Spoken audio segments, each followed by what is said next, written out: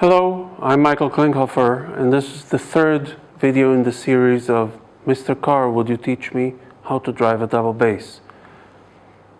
Today we will talk about how not to press the string down. We've already discussed how not to hold a bass and how not to hold a bow, and today we will discuss how not to press the string down. But before we do that, our director here, Pazit, asked me to move the music stand. So I'm going to move this music stand, take it from here and put it right here as she has asked me to do.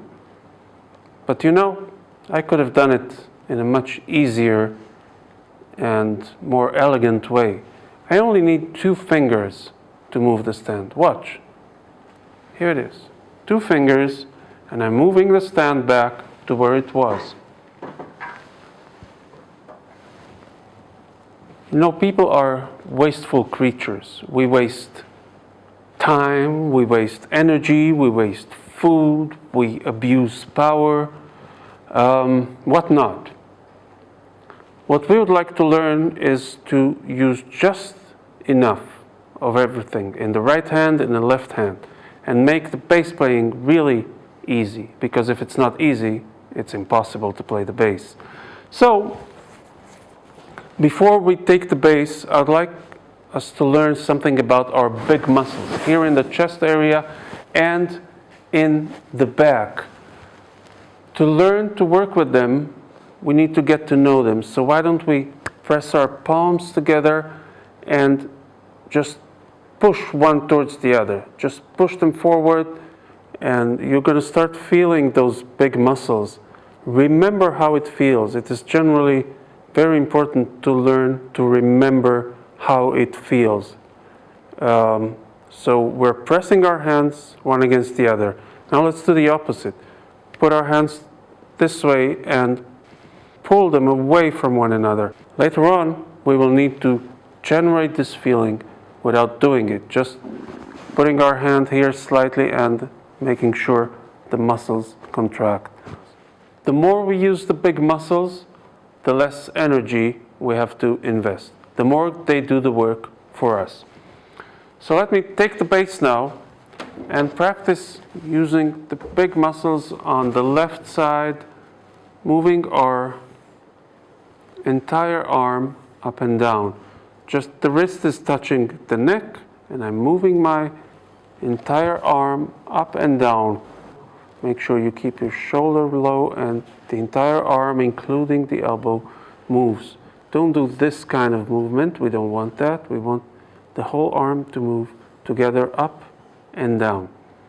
Now let's do the same thing.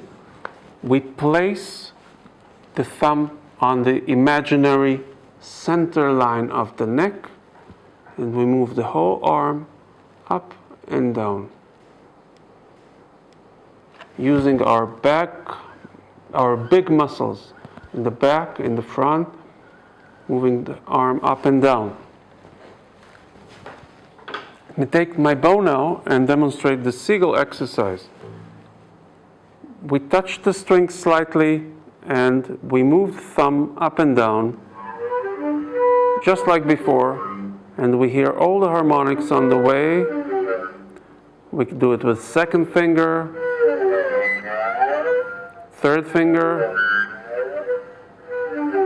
We call this the seagull exercise. We can do it then on the D string as well.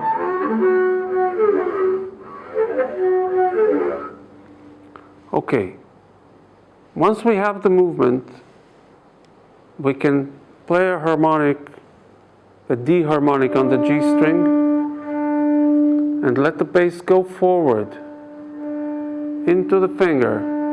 And at a certain point, the harmonic will turn into a note. See how little it takes to press the string down? You actually don't need to press it down. It will press itself into your finger. And we can do it with every finger, including the third finger,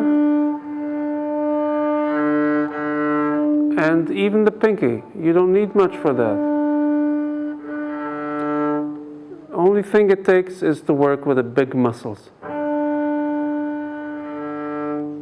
remember, bass playing is either easy or impossible.